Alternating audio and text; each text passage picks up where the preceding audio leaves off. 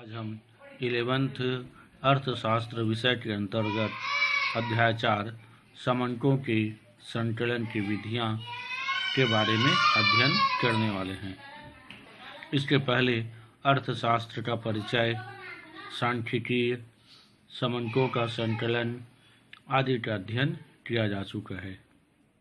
आज हम समंकों के संकलन की विधियों के अंतर्गत समंकों के संकलन की प्रमुख रूप से दो विधियां प्रचलित है, जिनमें पहला है संगणना अनुसंधान विधि और दूसरा है निदर्शन अनुसंधान विधि।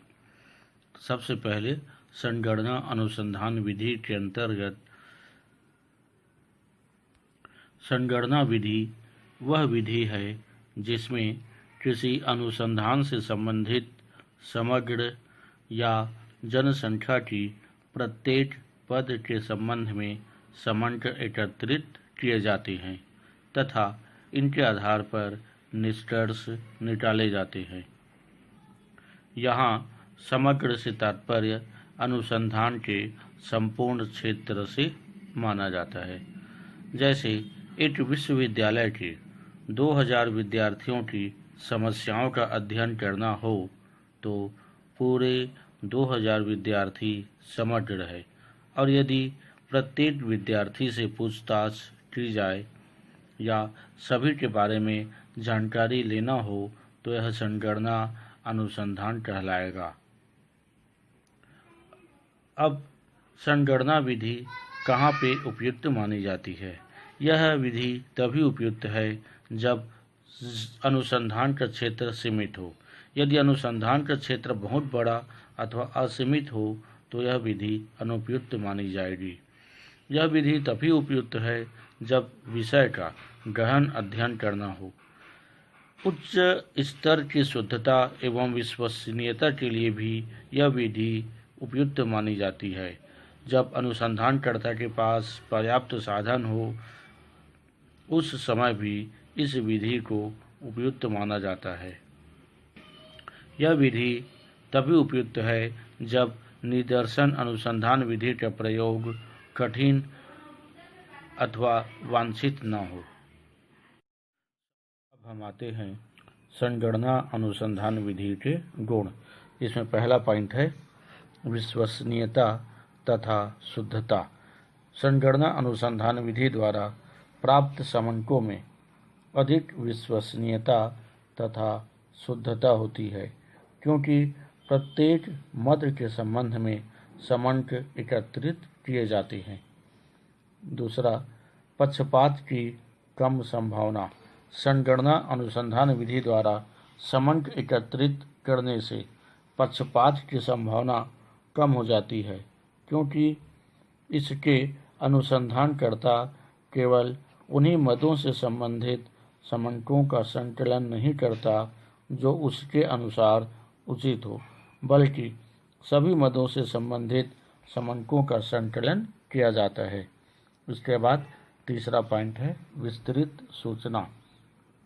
संगणना अनुसंधान विधि द्वारा प्रत्येक मद के विषय में अनेक तथ्यों का पता चलता है, जैसा कि जनगणना से केवल लोगों की संख्या के विषय में ही पता नहीं चलता, बल्कि उनकी आयु, व्यवसाय, आय आदि के विषय में भी हमें जानकारी प्राप्त हो जाती है। अतः इस विधि द्वारा विस्तृत सूचना प्राप्त होती है। चौथा, विभिन्न विशेषताओं का अध्ययन। जब किसी समग्र या जनसंख्या की मदें एक दूसरे से काफ़ी भिन्न होती है तथा निदर्शन अनुसंधान विधि का प्रयोग करना कठिन होता है, तो वहाँ संगणना अनुसंधान विधि का प्रयोग लाभदायक सिद्ध होता है। पांचवा, मिश्रित अनुसंधान का अध्ययन।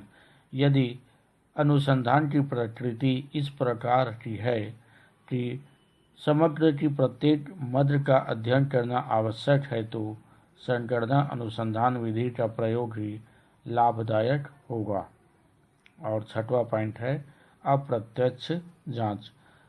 संगणना अनुसंधान विधि ऐसी समस्याओं के अध्ययन के लिए भी उपयोगी है जिनका अध्ययन प्रत्यक्ष रूप से सांख्यिकी के अंतर्गत नहीं हो सकता।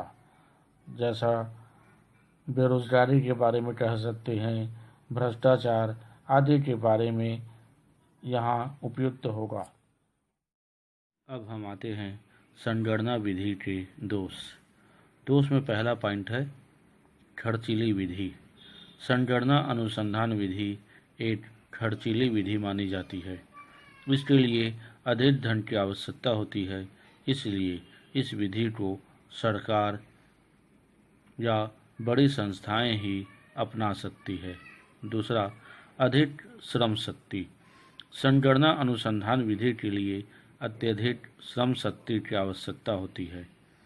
प्रगणकों की एक बड़ी संख्या के लिए प्रशिक्षण आवश्यक हो जाता है, जो कि एक जटिल प्रक्रिया मानी जाती है।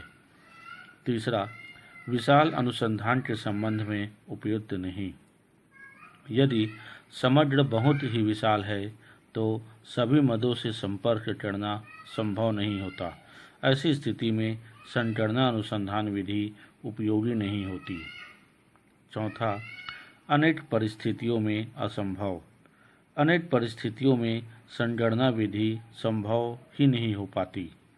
जैसे यदि समग्र अनंत हो, क्षेत्र की प्रत्येक इकाई से संपर्क स्थापित न किया जा सके या सभी इकाइयों की जांच करने से भी वे समाप्त ही हो जाए तो संपूर्ण गणना नहीं की जा सकती। पांचवा, असुविधाजनक। संगणना अनुसंधान विधि के अंतर्गत समग्र की प्रत्येक इकाई का अध्ययन करने के लिए विशाल संगठन तथा भारी मात्रा में व्यय करना पड़ता है, इसलिए यह विधि असुविधाजनक होती है। छठवां पॉइंट है सांख्यिकी विभ्रम का ज्ञात न होना। संगणना अनुसंधान विधि के अंतर्गत सांख्यिकी विभ्रम को ज्ञात करना अत्यंत कठिन कार्य होता है। उपर्युक्त दोषों के कारण ही सांख्यिकी अनुसंधान में संगणना विधि का प्रयोग बहुत ही कम किया जाता है।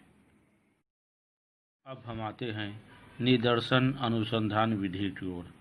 निदर्शन अनुसंधान विधि वह विधि है जिसमें किसी समग्र का प्रतिनिधित्व करने वाले छोटे समूह से संबंधित समंच एकत्रित किए जाते हैं तथा इनसे निष्कर्ष निकाले जाते हैं। इस प्रकार से जब समस्त समग्र की जांच न करके इनमें से किसी विशिष्ट आधार पर न्यायादर्श के रूप में थोड़ा सा भाग जांच के लिए ले लिया जाता है तो उसे निदर्शन अथवा प्रतिचयन अनुसंधान विधि कहते हैं। जैसा कि हम अपने दैनिक जीवन में इस विधि का प्रयोग करते रहते हैं। एक डॉक्टर के द्वारा रक्त की कुछ बूंदों का परीक्षण करके एक व्यक्ति के ब्लड ग्रुप का ज्ञान प्राप्त कर लेता है। इसी प्रकार एक गृहिणी चावल के 2-3 दाने देखकर यह तय कर लेती है कि चावल पक गए हैं या कच्चे हैं। इसके बाद निदर्शन प्रणाली के गुण। इसमें पहला पॉइंट है समय की बचत। निदर्शन प्रणाली में थोड़ी सी इकाइयों का अध्ययन किया जाता है, इसलिए इसमें समय की बचत हो जाती है। दूसरा, धन की बचत। एक अनुसंधानकर्ता के लिए धन की आवश्यकता होती है। इस प्रणाली में कुछ ही इकाइयों का सर्वेक्षण किया जाता है, इसलिए पर्याप्त धन की बचत हो जाती है। इस विधि में समग्र की सभी इकाइयों का अध्ययन न कर कुछ चुने हुए न्यायादर्शों का ही अध्ययन किया जाता है। इससे धन एवं श्रम दोनों की बचत होती है, अतः यह प्रणाली कम खर्चीली मानी जाती है। तीसरा, अधिक गहन अध्ययन। संगणना रीति में इकाइयों की संख्या अधिक होने के कारण गहन अध्ययन संभव नहीं हो पाता, लेकिन निदर्शन रीति में इकाइयों की संख्या अपेक्षाकृत कम होती है, इसलिए प्राप्त आंकड़ों का सूक्ष्म रूप से अध्ययन एवं विवेचन किया जा सकता है। चौथा, निष्कर्षों की परिशुद्धता। निदर्शन रीति द्वारा एकत्र सूचना पर्याप्त सीमा तक शुद्ध होती है। यदि निदर्श का चुनाव उचित रीति से किया गया है तो उसके परिणाम पर्याप्त सीमा तक शुद्ध होते हैं। इसके बाद 5वां पॉइंट है प्रबंध संबंधी सुविधा। निदर्शन प्रणाली में इकाइयों की संख्या कम होने के फलस्वरूप अनुसंधान का संगठन सरल रहता है। लास्ट पॉइंट है 6वां पॉइंट संगणना पद्धति की सीमा। जब समग्र बहुत विशाल हो जिससे प्रत्येक व्यक्ति से संपर्क स्थापित संभव न हो पाए तो ऐसी दशा में निदर्शन प्रणाली एकमात्र विधि मानी जाती है जिसका उपयोग किया जा सकता है। इसके बाद निदर्शन प्रणाली के दोष में पहला पॉइंट है पक्षपात की संभावना। निदर्शन प्रणाली का सबसे बड़ा दोष निदर्श प्रतिनिधित्वहीन तथा अविनतिपूर्ण होना है। यदि निदर्श उपयुक्त नहीं है तो उसके अनुसंधान से प्राप्त समस्त निष्कर्ष भ्रमपूर्ण होंगे तथा उन्हें समग्र पर लागू नहीं किया जा सकता। दूसरा, प्रतिनिधि इकाई की कठिनाइयाँ। निदर्शन प्रणाली तभी उपयुक्त होती है जब वह समग्र का प्रतिनिधित्व कर सके, लेकिन अनुसंधान में व्यक्तियों का प्रतिनिधित्व निदर्श निकालना बहुत ही कठिन कार्य होता है क्योंकि विभिन्न व्यक्ति में बहुत अधिक अंतर एवं विविधता पाई जाती है। तीसरा, विशेष ज्ञान की आवश्यकता। निदर्श प्रणाली का उपयोग प्रत्येक व्यक्ति नहीं कर सकता, इसके लिए उसे विशेष ज्ञान की आवश्यकता होती है। चौथा, प्रतिनिधि इकाई पर कायम रहने में कठिनाई। यद्यपि निदर्श में इकाइयों की संख्या अपेक्षाकृत कम होती है, लेकिन एक बार उनका चयन कर लेने के बाद उन पर कायम रहना अत्यंत ही कठिन कार्य होता है। पांचवा, निदर्श प्रणाली की असंभवता। जिस प्रकार संगणना प्रणाली कहीं कहीं असंभव होती है, उसी प्रकार निदर्श प्रणाली भी कहीं कहीं असंभव मानी जाती है। इसके बाद निदर्शन के उद्देश्य में पहला पॉइंट है समग्र की विशेषताएं ज्ञात करना।